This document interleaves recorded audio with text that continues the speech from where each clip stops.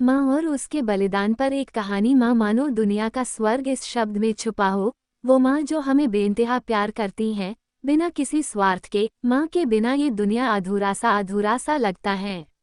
उनका प्यार हमारे लिए साफ होता है। हर वक्त वो हमारे बारे में सोचते रहती हैं। माँ से बढ़कर दुनिया में कोई और चीज़ नहीं है। मैं हूँ आपका दोस्त, सबसे ज्यादा पढ़ा जाने वाला लव स्टोरी रीड। समय के साथ जब जैक्स बड़ा हुआ तो उसने देखा माँ की केवल एक आंख थी। जैक्स को अपनी माँ से नफरत होने लगी। वो एक ऐसी शर्मिंदगी थी। जैक्स की माँ ने पिस्सू बाजार में एक छोटी सी दुकान चलाती थी। उसने थोड़ा खरपतवार इकट्ठा किया और बेचने के लिए पेप्सी बाजार गई। हमें कुछ पैसों की जरूरत भी था। एक दिन मेरे स्कूल में पीटीएम पेरेंट्स टीचर मीटिंग था। मुझे याद है कि यह फील्ड डे था और मेरी माँ आई थी। मैं इतना शर्मिंदा था। वह मेरे साथ ऐसा कैसे कर सकती है। मैंने उन्हें घृणास्पद रूप दिखा और बाहर भाग गया। अगले दिन स्कूल में, आपकी माँ की केवल एक आंख है। मैंने चाहा कि मेरी माँ बस इस दुनिया से गायब हो जाए, इसलिए मैंने अपनी माँ से कहा, माँ, दूसरी आंख क्यों नहीं है? आप केवल मुझे हंसी का पात्र बनाने जा रहे हैं। तुम मर क्यों नहीं जाते? मेरी मम्मी ने कोई जवाब नहीं दिया। मुझे लगता है कि उन्हें थोड़ा बुरा लगा, लेकिन साथ ही ये सोचकर अच्छा लगा कि मैंने वही कहा जो मैं हर समय कहना चाहता था। हो सकता है कि ऐसा इसलिए था क्योंकि मेरी माँ ने मुझे सज़ा नहीं दी थी, लेकिन मुझे नहीं लगा कि मैंने उनकी भावनाओं को बहुत आहत किया है। उस रात मैं उठा और पानी का गिलास लेने के लिए रसोई में गया। मेरी माँ वहाँ रो रही थी, इसलिए चुपचाप जैसे तैसे मैं चुपके से उनके पास गया। मुझे लगा कि वह मुझे जगा सकती है। मैंने उन्हें देखा और फिर दूर हो गया। मैंने उनसे पहले जो बात कही थी, उसकी वजह से मेरे दिल के कोने में कुछ था। फिर भी मैं अपनी माँ से नफरत करता था जो अपनी एक आंख से रो रही थी। इसलिए मैंने अपने आप से कहा कि मैं बड़ा हो जाऊंगा और सफल हो जाऊंगा, क्योंकि मुझे अपनी एक आंख वाली माँ और अपनी गरीबी से नफरत थी। तब मैंने वास्तव में कठिन अध्ययन किया। मैंने अपनी माँ को छोड़ दिया और दिल्ली आ गया और पढ़ाई की, और दिल्ली विश्वविद्यालय में मेरे पास पूरे आत्मविश्वास के साथ स्वीकार किया गया। फिर मैंने शादी कर ली। मैंने अपना खुद का एक घर खरीदा है। तब मेरे बच्चे भी थे। अब मैं एक सफल व्यक्ति के रूप में खुशी से जी रहा हूँ। मुझे ये पसंद है क्योंकि यह एक जगह है जो मुझे मेरी माँ की याद नहीं दिलाती है।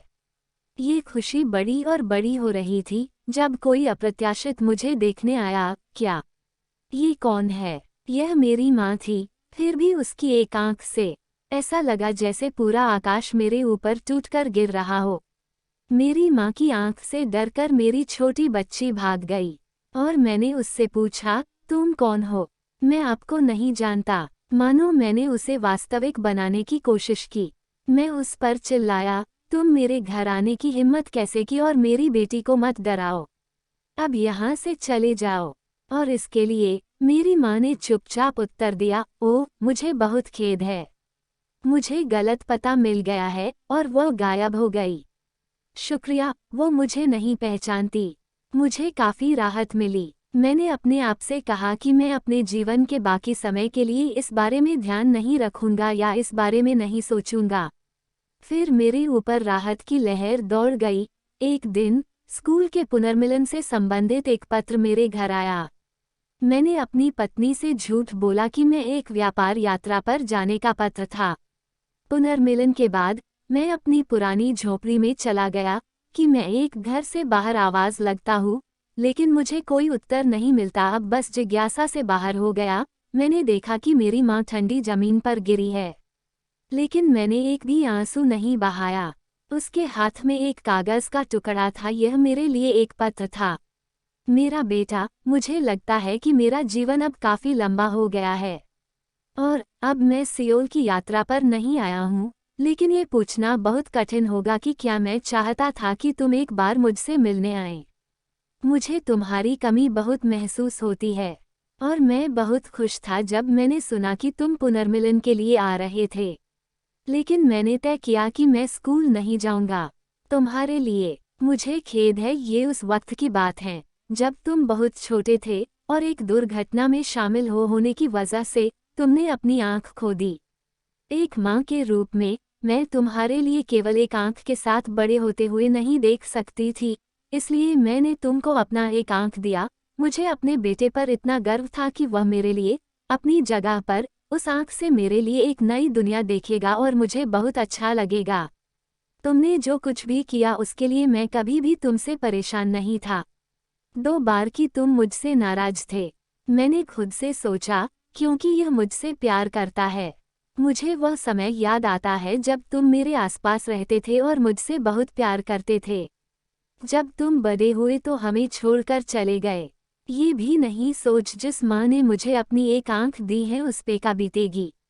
मुझे तुम्हारी कमी बहुत महसूस होती है। मैं तुमसे प्यार करती हूँ। तुम मेरे लिए सब कुछ हो। मेरी दुनिया बिखर गई। मैं उस व्यक्ति से नफरत करता था जो केवल मेरे लिए अपनी एक आंख तक मुझे दे दी और मैं उनसे ही दूर रहता था। मैं अपनी माँ के लिए बहुत रोया। मैं बहुत शर्मिंदा था। वो माँ जिसने मुझे बचपन से इतना प्यार दिया और मैंने उन्हें छोड़ कहीं दूर चला गया। बच्चों को खिलाकर जब सुला देती है माँ तब जाकर थोड़ा सा सुकून पाती है। माँ का प्यार कहते हैं किसे और ममता क्या चीज़ है, कोई उन बच्चों से पूछे जिनकी गुजर जाती है माँ। चाहे हम खुशियों में माँ को भूल जाएं, जब मुसीबत सिर पर आती है तो याद आती है। नैतिक, कभी भी किसी को भी अपनी विकलांगता के लिए घृणा नहीं करनी चाहिए। अपने माता पिता का कभी भी अपमान न करें, उनकी उपेक्षा न करें और उनके बलिदान का अनुमान लगाएं। वे हमें जीवन देते हैं, वे हमें उससे बेहतर बनाते हैं जितना वे थे, वे देते हैं और जितना वे पहले से बेहतर देने की कोशिश करते हैं। वे अपने बच्चों के लिए अपने बेतहाशा सपनों में भी कभी अस्वस्थ नहीं होना चाहते हैं। वे हमेशा सही रास्ता दिखाने और प्रेरक होने की कोशिश करते हैं। माता पिता बच्चों के लिए सब छोड़ दें, बच्चों द्वारा की गई सभी गलतियों को माफ़ करें। बच्चों के लिए उन्होंने जो किया है उसे चुकाने का कोई तरीका नहीं है। हम केवल इतना कर सकते हैं कि उन्हें जो चाहिए वह देने की कोशिश करें और यह सिर्फ समय, प्यार और सम्मान है। मुझे पूरा विश्वास है कि यह कहानी आपको बहुत पसंद आए होगी। हाय फ्रेंड्स, आपको स्टोरी अच्छी लगती है तो please like, comment, share, subscribe कीजिए।